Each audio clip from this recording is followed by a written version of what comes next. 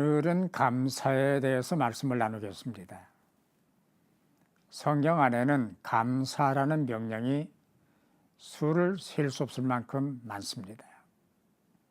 그런데 하나님께 감사드린 사람들의 경우를 보면 성공과 행복을 누리게 된 환경에서 감사한 사람들이 있었는가 하면 질병의 고통과 아픔 속에서 드린 감사, 실패와 절망 속에서 드린 감사, 핍박과 억압 속에서 드린 감사, 또 죽음의 공포 속에서 드린 감사가 더 많았다는 점을 주목해 보아야 합니다.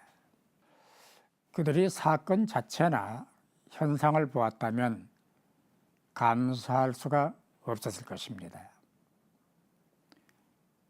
그러나 그들은 질병, 고통, 아픔, 실패, 억압, 핍박 자체를 보지 않고 눈을 높이 들어 하나님의 섭리를 바라보았기 때문에 감사할 수가 있었습니다.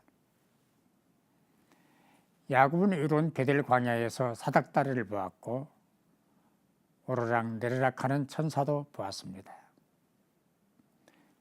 그리고 거기서 하나님이 함께 하신다는 임재를 발견했습니다.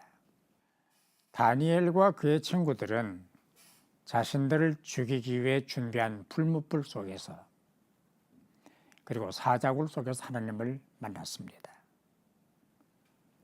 그들은 그곳에서 하나님을 찬양하고 감사했습니다. 바울은 어떻습니까? 빌립보 감옥에 수감되어 있으면서 찬양하고 감사했습니다. 매를 맞고 굴욕을 당하면서도 감사를 드렸습니다. 배가 파손돼 죽게 됐을 때도 기도하고 감사했습니다. 그 이유는 자신이 겪고 있는 현재 상황을 하나님께서 역전시키신다는 것을 확신했기 때문입니다. 사도 요한은 반모섬에서 유배 생활을 하면서도 기도와 찬양과 감사로 살았습니다. 외롭고 고독한 섬 반모, 굶주림과 추위밖에 없는 섬에서 그가 감사할 수 있었던 것은 장차 임할 하나님의 나라인 새하늘과 새 땅을 바라봤기 때문입니다. 그리고 성령님이 요한을 위로하시고 곁에 계셔 주셨기 때문입니다. 이러한 사례들을 종합해 보면 반드시 성공하고 건강하고 부자가 되고 만사가 형통해야만 감사하는 것은 아니라는 것입니다. 오히려 감사는 역경과 고통과 시련과 아픔 속에서 나오게 된다는 것을 발견하게 됩니다. 하나님을 인정하고 경배와 찬양을 드리는 것이 감사합니다. 움켜진 손을 펴고 감사의 예물을 드리는 것이 감사합니다. 구약의 경우는 하나님께 제사를 드릴 때 반드시 제물을 바쳐야 했습니다.